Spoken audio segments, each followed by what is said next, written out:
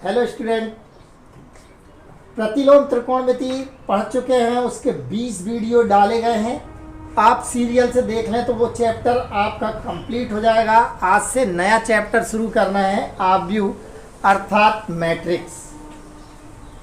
Students, इस chapter को अच्छे से कर लेना। आज इसका पार्ट 1 है। इसी तरीके से इसके वीडियो डाल देंगे, जैसे प्रतिलोम त्रिकोणमिति के डाले थे, इनवर्स ट्रिग्नोमेट्री के उसके 20 वीडियो डाले, अर्थात पार्ट 1 से पार्ट 20 तक। आज का जो आव्यूह अर्थात मैट्रिक्स का पार्ट है, इसमें अपन आज इसके फार्मूलेज लिखेंगे कि कौन कौन से इसमें सूत्र उपयोग में आएंगे, इस चैप्टर में आने वाले सूत्र। तो आज का पहला पार्ट आव्यूह का है। तो पहले आव्यूह को जो रिप्रेजेंट करते हैं, जिन संकेतों से दर्शाते हैं, वो होते हैं इस तरीके से, जिससे अपन दर्शाते आएंगे। सारे क्वेश्चन में इसी संकेत से दर्शाएंगे। एक ये होता है, दूसरा इसको दर्शाने का तरीका ये भी होता है, और तीसरा तरीका ये होता है। ये तीनों तरीके जो होते हैं आव्यूह को दर्शाने के होते हैं, अर्थात मैट्रिक्स को आप इस तरीके से भी लिख सकते हैं, इस तरीके से भी, इस तरीके से भी। अपन जो यूज़ करेंगे वो ये वाली मेथड से लिखेंगे, इस टाइप से लिखेंगे। ठीक है, तो पहले तो ये दर्शाने का तरीका हो गया। अब इसकी कुछ डेफिनेशंस हैं जो नोट कर लें आप, कुछ फार्मूले हैं वो नोट कर लें। सबसे पहला फार्मूला लिखना 1 plus omega square is equal to क्या होता है, 0। ठीक है, omega cube is equal to होगा आपका 1, ओमेगा की घात 4 बराबर होगा आपका ओमेगा। ये इससे ही बनता है, आपको ये याद रहना। 1 plus omega square is equal to क्या हो गया, 0। ओमेगा क्यूब, ओमेगा की घात 3 का मान क्या होता है, 1, और 4 का मान ओमेगा कैसे हुआ, तो ऐसे निकाल सकते। ध्यान देना, ओमेगा की घात 4 को लिख सकते हैं ओमेगा की घात 3 गुणित ओमेगा। 4 बन गए, ये 3 और 1 गुणा में घातें क्या होती, जुड़ती, ये एक घात। और हम जानते हैं ओमेगा की घात 3 का मान क्या होता, 1। ये ओमेगा, तो ओमेगा एकम ओमेगा, ये ओमेगा बन गया। इस तरीके से ओमेगा की घात 4 का मान क्या हुआ, ओमेगा। तो यहाँ पर ये भी पता होना चाहिए 1 प्लस ओमेगा स्क्वायर 0। यहाँ पर सबकी वैल्यू, यदि कहीं पर 1 प्लस ओमेगा आ गया तो उसको माइनस ओमेगा स्क्वायर लिख देंगे, इसका पक्षांतर करके, इसका ट्रांसफर कर दें। ओमेगा प्लस ओमेगा स्क्वायर मिल गया तो उसको क्या लिख देंगे, -1। ये सब आना चाहिए, पक्षांतर करते आता ना। और ऐसे ही आपको 1 प्लस ओमेगा स्क्वायर लिखा मिल गया कहीं तो क्या लिख देंगे, माइनस ओमेगा। 1 प्लस ओमेगा मिल गया तो माइनस ओमेगा स्क्वायर। ये सब पक्षांतर करते आना चाहिए। तो ये पहला फार्मूला नोट कर लो। ये दूसरा देखो, यूनिट आव्यूह अर्थात इकाई आव्यूह क्या होता है। इकाई आव्यूह जिसे यूनिट भी बोलते हैं, यूनिट मैट्रिक्स या आइडेंटिटी मैट्रिक्स भी बोलते हैं। तो ये होता है आपका 1 0 0 1, जिसके विकर्ण, ये विकर्ण कहलाते हैं। इकाई हो अर्थात एक हो और बाकी के सारे अवयव क्या हो, शून्य। ये एकक आव्यूह होता है। इसको ऐसा भी लिख सकते 1 0 0, ये 2/2 का है, 0 1 0, और ये 0 0 1। ये हो गया आपका, ये विकर्ण देखो एक है, ये 3/3 का हो गया, ये 2/2 का। अर्थात इसमें 2/2 का अर्थ हुआ 2 इसमें है ये रो यानी पंक्ति, और 2 ही हैं कॉलम, ये कहलाते हैं रो। ठीक, और ये कहलाते हैं कॉलम।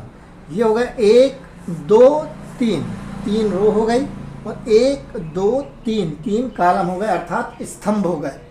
ये पंक्ति और ये स्तंभ, ये जो कॉलम अपन भरते हैं ना, मकान बनता है, वैसे ही है ना, ये खड़े हुए ऐसे। तो ये ध्यान रखना।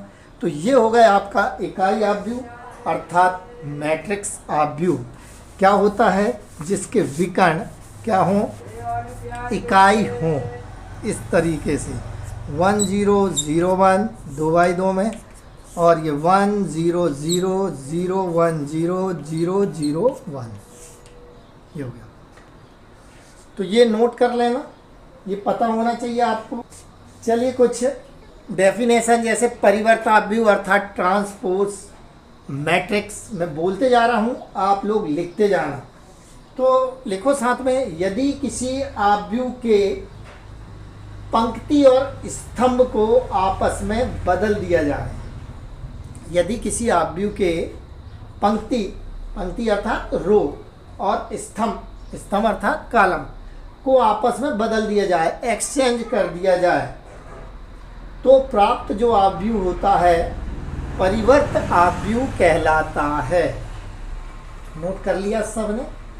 यदि किसी आव्यूह के पंक्ति और स्तंभ को आपस में बदल दिया जाए तो प्राप्त आव्यूह परिवर्त आव्यूह कहलाता है। ठीक, तो कैसे इसका एग्जाम्पल देख लो। परिवर्त आव्यूह का अर्थात ट्रांसपोज आव्यूह का एक एग्जाम्पल देख लो। इसे ए के ऊपर टी की पावर या ए डैश इससे रिप्रेजेंट करते हैं। ए डैश या ए के ऊपर क्या लिख देते हैं, टी वाई ट्रांसपोज ए का। तो देखो एक एग्जाम्पल देख लो। आपको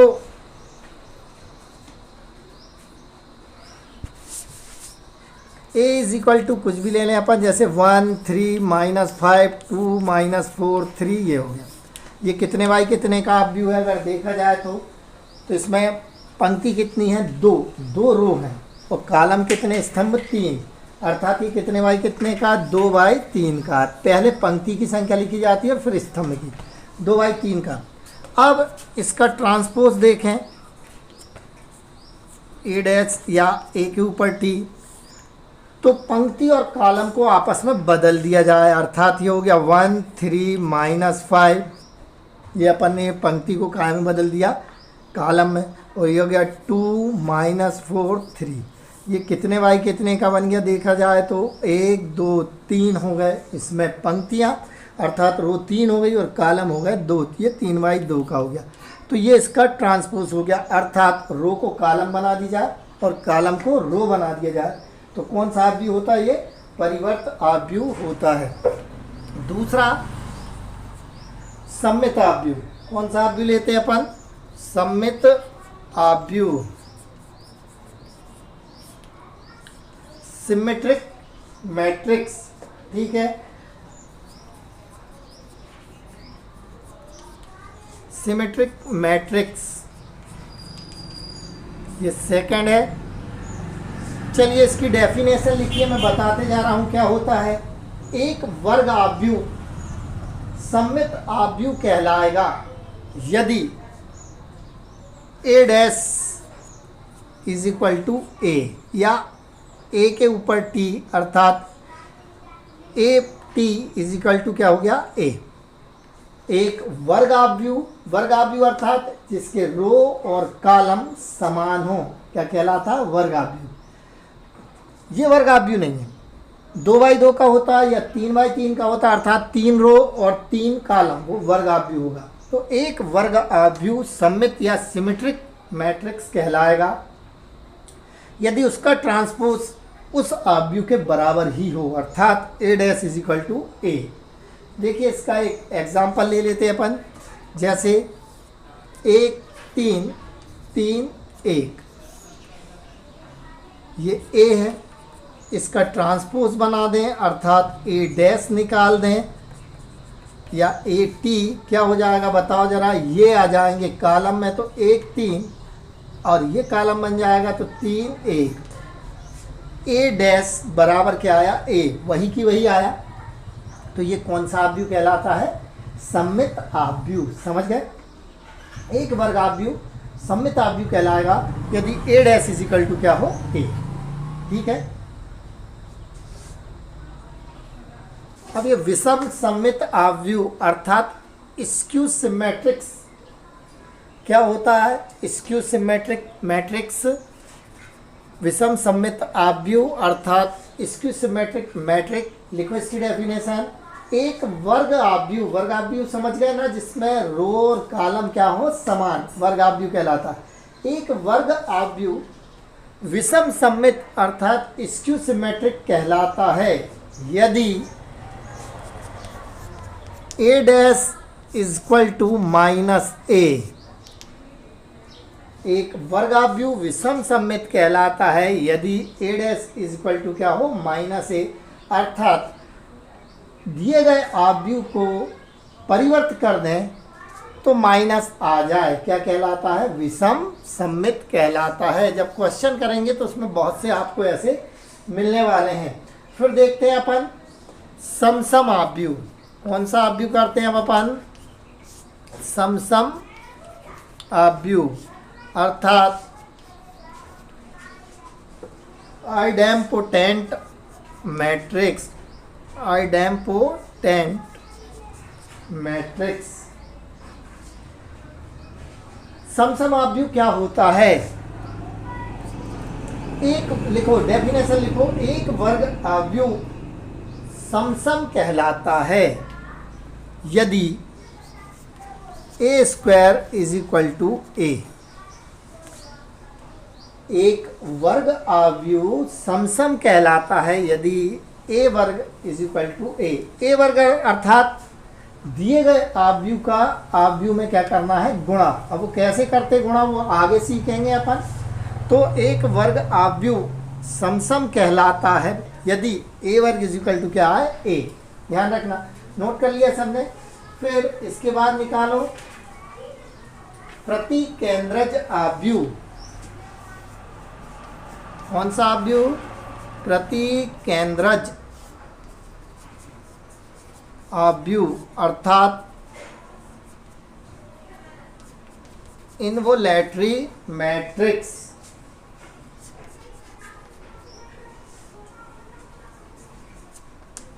इन्वोलेटरी मैट्रिक्स प्रतिकेंद्रज आव्यूह। लिखो इसकी डेफिनेशन, एक वर्ग आव्यूह प्रतिकेंद्रज कहलाता है।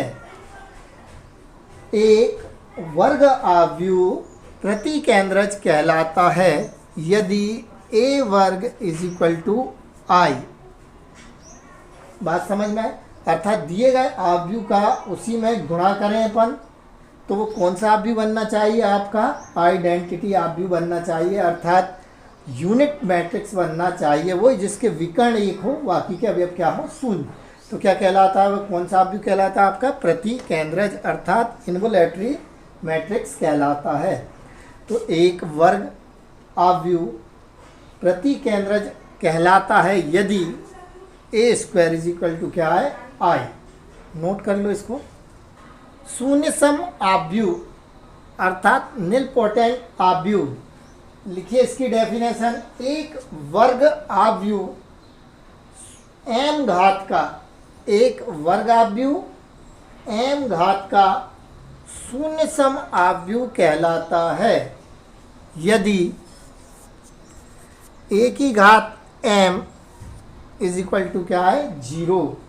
ठीक है, फिर से समझना इस डेफिनेशन को। लिख लिया? लिखो इसे, एक वर्ग आव्यूह m घात का शून्य सम आव्यूह कहलाता है अर्थात निलपोटेंट मैट्रिक्स कहलाता है यदि a की घात m बराबर 0।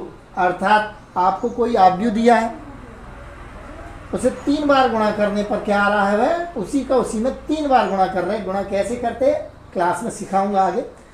तो वो उत्तर कितना जाए आपका? 0। 0 से तात्पर्य क्या होगा? ऐसा मैट्रिक्स बनेगा 0 0 0 0, 3 बार में है तो ये तीनों 0 हो जाएंगे, सब 0 हो जाए। ऐसा अगर आ जाए तो वह क्या कहलाएगा?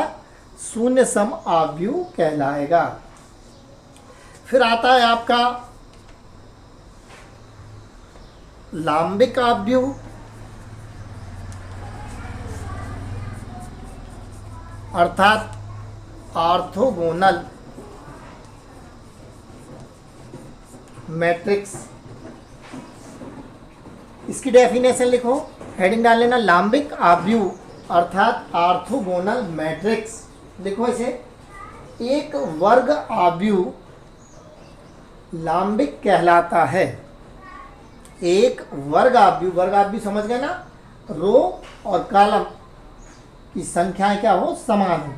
एक वर्ग आव्यूह लांबिक आव्यूह कहलाता है यदि a इंटू ए डैश बराबर a डैश इंटू ए बराबर क्या बने? i। अर्थात एक आव्यूह का उसके परिवर्त में गुणा करें या परिवर्त का उस आव्यूह में गुणा करें तो कौन सा आव्यूह बने? वो इकाई आव्यूह बने, अर्थात यूनिट मैट्रिक्स बने। तो कौन सा कहलाता है? लांबिक आव्यूह कहलाता है। फिर एक ये फार्मूला नोट कर लेना, a is equal to A plus A dash upon 2 plus A minus A dash upon 2, सममित आव्यूह प्लस विषम सममित आव्यूह। इसे क्या बोलते हैं? सममित आव्यूह प्लस कौन सा? विषम सममित आव्यूह। सममित प्लस विषम सममित क्या बन जाता है? ए बन जाता है। ये नोट कर लेना। तो आज के लिए इतना ही था। ये मैट्रिक्स के मैंने आप लोगों को फार्मूले लिखवा दिए, इनको नोट कर लेना। आज ये पहला पार्ट था आव्यूह अर्थात मैट्रिक्स का। जो मैंने कहा था फार्मूले की एक कॉपी बना लेना, उस कॉपी में इसे नोट कर लेना और रेगुलर पढ़ना। अब मेरे साथ आव्यूह को पढ़ते चलोगे तो बहुत आसानी से समझ में आता जाएगा। जहाँ नहीं समझ में आए पूछ लेना, कमेंट्स करके पूछ लेना। चैनल को बेल आइकॉन के साथ कर लो सब्सक्राइब, ग्रुप बना के पढ़ाई करो। जय हिंद।